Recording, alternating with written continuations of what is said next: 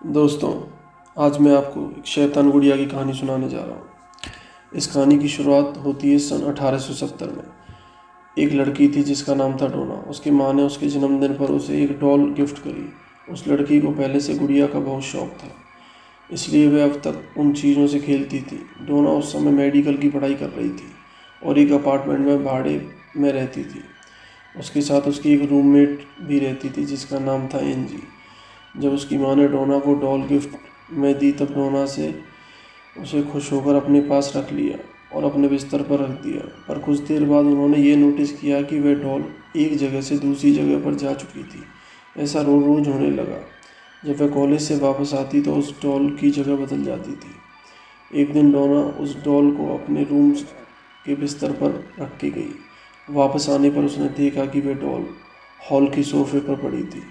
धीरे धीरे ये घटनाएं बढ़ती चली जा रही थी और एक दिन जब डोना और उसकी दोस्त कॉलेज से वापस आए तब उन्होंने देखा उनके रूम में ढेर सारे पेपर जिन पर लिखा था हेल्प हेल्प। इस बात से वे दोनों घबरा गईं, पर उन्होंने इस बात को इग्नोर कर दिया। एक दिन जब दोनों घर पहुंचे तब उन्होंने देखा कि वह डॉल रो रही थी और उसके आंखों से खून के आंसू निकल रहे थे। इस बात से वे दोनों इतना घबरा गई कि उन्होंने पैरानॉर्मल एक्सपर्ट को बुलाया।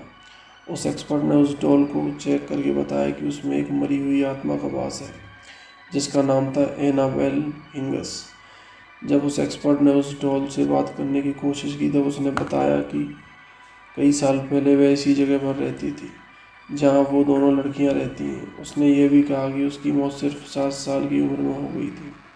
आगे उस डॉल ने कहा कि वह उन दोनों लड़कियों के साथ सेफ महसूस करती है और उस एक्सपर्ट के ज़रिए डॉल ने उनसे पूछा कि क्या वह उनके साथ रह सकती है।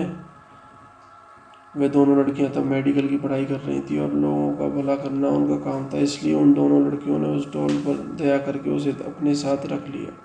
कुछ दिनों बाद डोना और एनजी का एक दोस्त जिसका नाम था लो, वह भी उसके साथ रहने के लिए आ गया और लो एक दूसरे कमरे में रहने लगा। लो को उस डॉल में बहुत गड़बड़ महसूस होती थी और वह उन दोनों से कहने लगा कि इस डॉल को दूर फेंक जाओ। और पैरानॉर्मल एक्सपर्ट ने कहा था कि वह डॉल सिर्फ 7 साल की लड़की की आत्मा है और वह किसी को भी नुकसान नहीं पहुंचाएगी, बल्कि वह सिर्फ प्यार चाहती थी। पर डोना नहीं जानती थी कि लॉ की बात ना मानकर वह कितनी बड़ी भूल कर रही है। एक रात जब लॉ अपने कमरे में सो रहा था तब आधी रात को उसकी नींद खुली। जब उसने महसूस किया कि वह खुद को हिला नहीं पा रहा है और वह घबरा गया, तभी उसे बच्चे की हंसी सुनाई दी। जब उसने दूसरी तरफ देखा तो एनाबेल डॉल उसकी तरफ ही चली आ रही थी, लेकिन वह अपने शरीर को हिला नहीं पा रहा था। उसकी शरीर में आकर रुक गई और उसे घूमने लगी, फिर वह बेहोश हो गया। अगले दिन जब उसे होश आया तो वह बहुत डरा हुआ था और समझ नहीं पा रहा था कि जो घटना कल रात उसके साथ घटी वह सच है या उसका कोई भ्रम। एक दिन लॉ और एनजी घर में अकेले थे तब उन्हें अपने कमरे से एक अजीब आवाज़ सुनाई दी। उन्हें लगा कि कोई चोर अंदर घुस आया है, पर जब लॉ ने उस कमरे में जाकर देखा तो वह रूम बिल्कुल खाली पड़ा था और फर्श पर वही एनाबेले डॉल गिरी पड़ी थी। फिर लॉ को अपने चेस्ट पर बहुत दर्द महसूस होने लगा, मानो कोई उसे नोचे जा रहा हो। जब उसने अपने कपड़े खोले तो देखा कि उसके शरीर में कई बड़े बड़े गहरे नाखूनों के निशान थे और उनमें से खून निकल रहा था।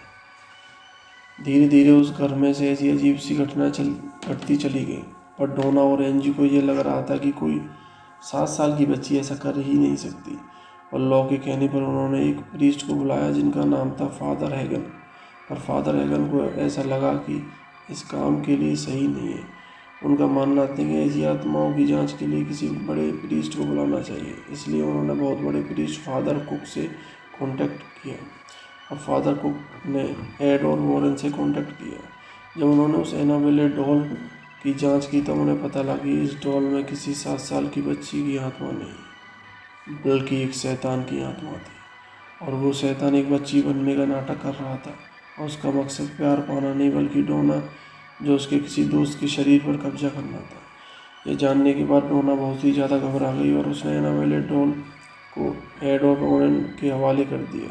एड और वॉरेन उसे अपने साथ लेकर जाने लगे। तब वे उस एनाबेले डॉल को अपने गाड़ी के पिछली सीट पर रखकर घर जा रहे थे तब उन्हें कुछ अजीब सा महसूस होने लगा और अचानक ही गाड़ी की स्टीयरिंग और ब्रेक लॉक होने लगी। और एक जगह गाड़ी का संतुलन पूरी तरह से बिगड़ गया।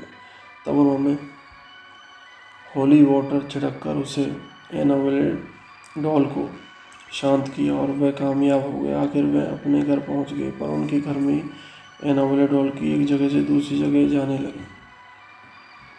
उसके बाद उन्होंने एक Catholic priest father Jason Bradford को बुलाया। उन्होंने उनको उठाया और कहा, तुम सिर्फ एक डॉल हो और तुम किसी को नुकसान नहीं पहुंचा सकती। और ये बात कहकर वह अपने घर की ओर चले गए। और थोड़ी देर बाद उन्होंने एड और लॉरेन वॉरेन को फ़ोन करके बताया कि वह एक एक्सीडेंट में मरने से बार बार बचे हैं। तब एड और लॉरेन वॉरेन ने यह फैसला किया कि वह इस एनाबेले डॉल को एक विशेष लकड़ी के बक्से में रखेंगे और उस एनाबेले डॉल को म्यूजियम में रखा जाएगा, जहां वह आज भी रखी हुई है। अब एनाबेले डॉल एक लकड़ी के बक्से में बंद है, पर इसका मतलब ये नहीं है कि वह किसी को नुकसान नहीं पहुंचा सकती। एक दिन एड और लॉरेन वॉरेन का एक रिलेटिव आया। तब उन्होंने अपने रिलेटिव को इस एनाबेले डॉल के बारे में बताया, पर उस रिलेटिव ने बिना कुछ जाने ही उस एनाबेले डॉल का मजाक उड़ाया। अगले शाम जब वह अपने दोस्त के साथ बाइक पर जा रहा था, तभी उसकी बाइक का एक्सीडेंट हो गया, जिसमें उसकी दोस्त तो बच गई, लेकिन वह आदमी मर गया। बाद में उसकी दोस्त ने बताया कि वह एनाबेले डॉल के बारे में ही बातें करते हुए जा रहे थे और उसका मजाक उड़ा रहे थे। तभी उस बाइक का कंट्रोल अचानक से बंद पड़ गया और उन दोनों का एक्सीडेंट हो गया। आज भी उसी म्यूजियम में रखी हुई है और ये दुनिया की सबसे श्रापित डॉल मानी जाती है। तो दोस्तों, कैसी लगी आपको ये एनाबेले डॉल की सच्ची कहानी? अगर ये कहानी आपको अच्छी लगी हो तो इसको शेयर करें, लाइक करें और कमेंट करके बताएं। Thank you.